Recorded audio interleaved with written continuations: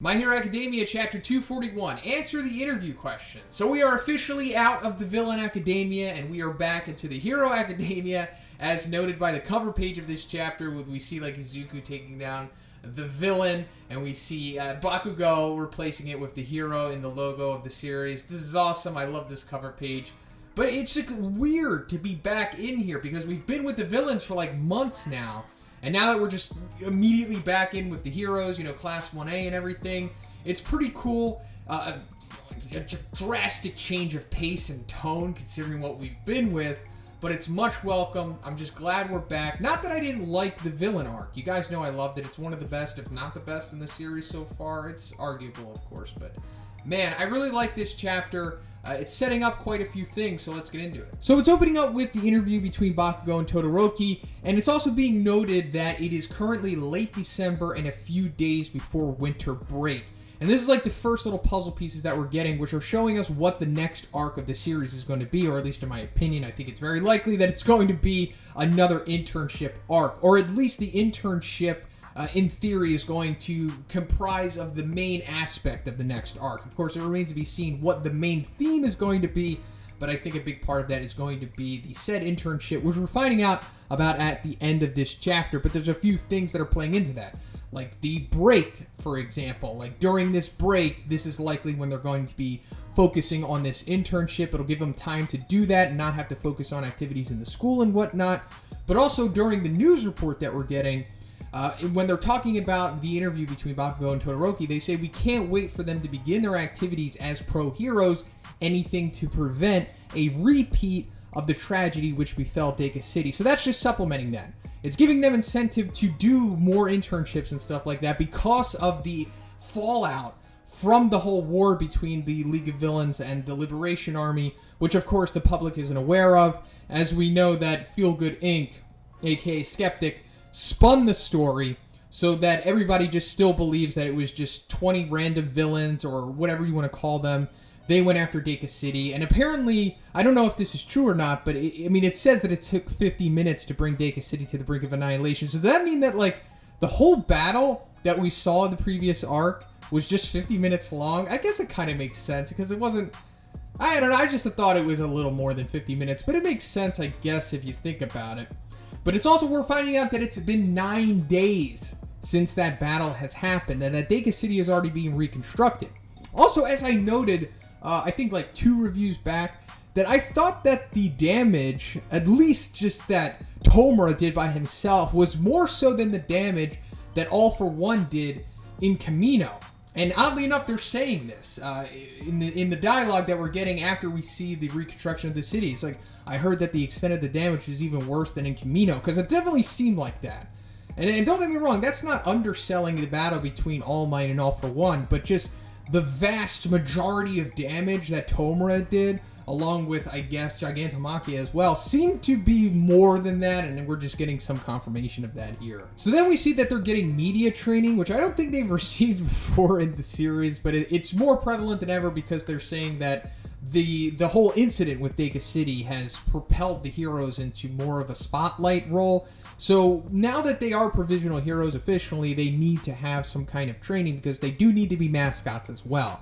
This is foreshadowed many times throughout the series, especially with Nana, about always having a smile on your face and everything, just so you keep up that image for people so that they don't lose hope. And this is just more reinforcing that they need to have an image for the people. They just can't just be nonchalant and everything. They need to have some kind of personality.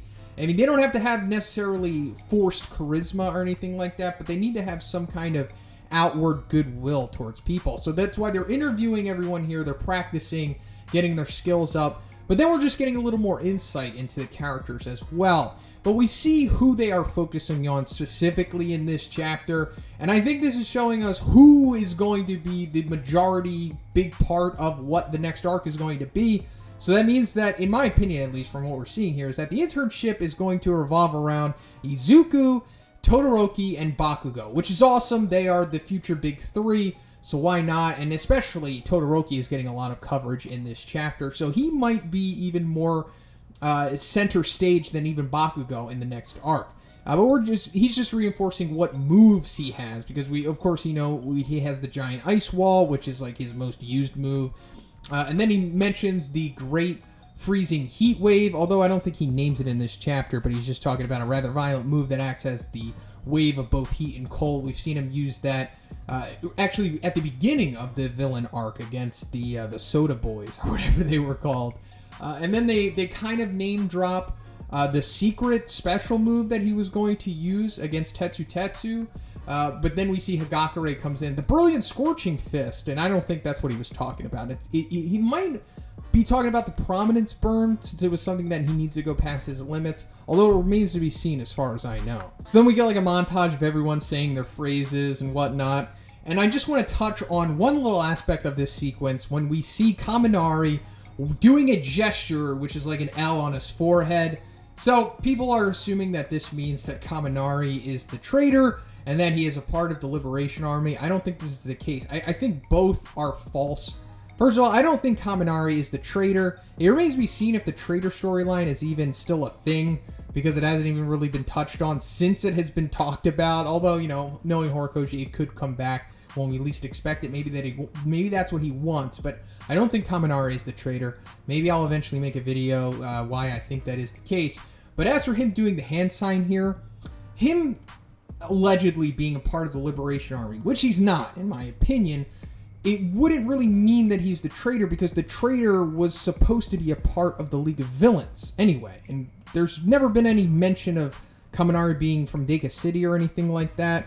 And also, from what I have seen, I don't think the Liberation Army salute is done with your left hand, which we see Kaminari using here. It's always been done with the right hand. So I think this is just Kaminari doing that gesture that he does throughout the series, like when he's shooting his quirk. We see him like lifting up his glasses here. So I think it's a combination of both. But it is odd that Horikoshi is doing this, especially after the arc with the whole gesture being very prevalent has ended. So either he's unknowingly doing this, or he's kind of just like, messing with us maybe? Also, the expression on his face is a little odd, but it's just something that Horikoshi, it's like an oversight of his possibly, or it's just he's messing with us. But I really don't think this means anything. It's just a gesture that Kaminari is doing. It's not the Liberation Army gesture, and it doesn't mean that he's a traitor. So then Izuku comes on stage to do his interview, and we get this hilarious little moment when he becomes all like stiff and robotic, and Kirishima's like, "Whoa, he's using my hardening quirk," which is hilarious. But this is just giving us more insight to Izuku, showing us what he's been up to. So he's just giving us a refresher on like his moveset, his new moves and whatnot, because we already know that he developed the Delaware Smash Air Force, the focused blast that he did against Gentle a few chapters back.